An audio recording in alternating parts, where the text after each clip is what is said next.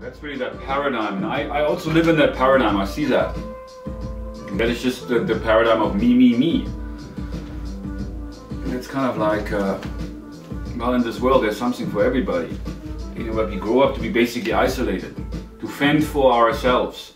And then of course there's the market, which provides everybody with opportunities, as we call them, and different products that we can choose from, depending on what works for us, depending on what we want.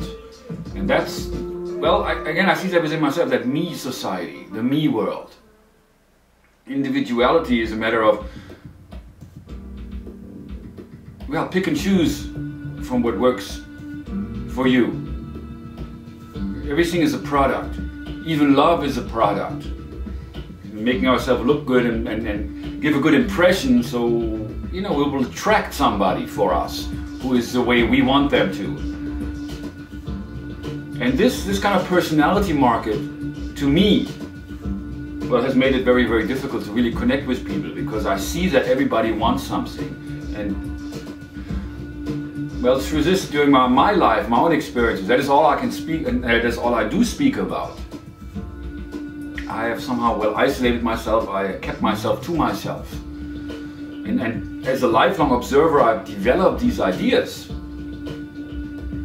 I came up with Realize to Actualize and have the intention, the desire, the passion to really share this awareness with others and to really help humanity.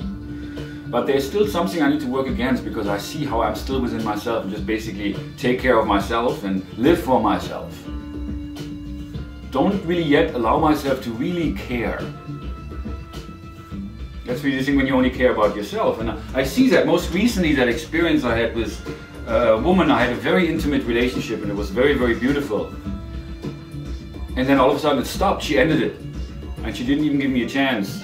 She didn't even talk to me. And there was no more communication. It was just boom, from one day to the next. It was like the love was gone from her. And it was so cruel, so cold.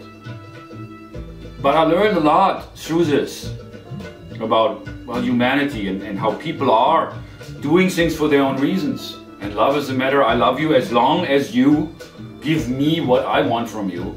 And if something happens that upsets me, I just turn my back.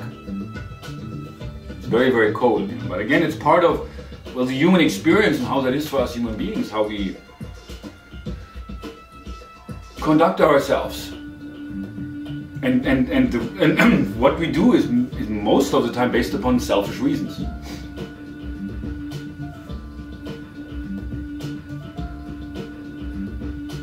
And also I see that within myself, and I want to break through that, because ultimately it is about giving. And how can we give if we only concern ourselves with ourselves?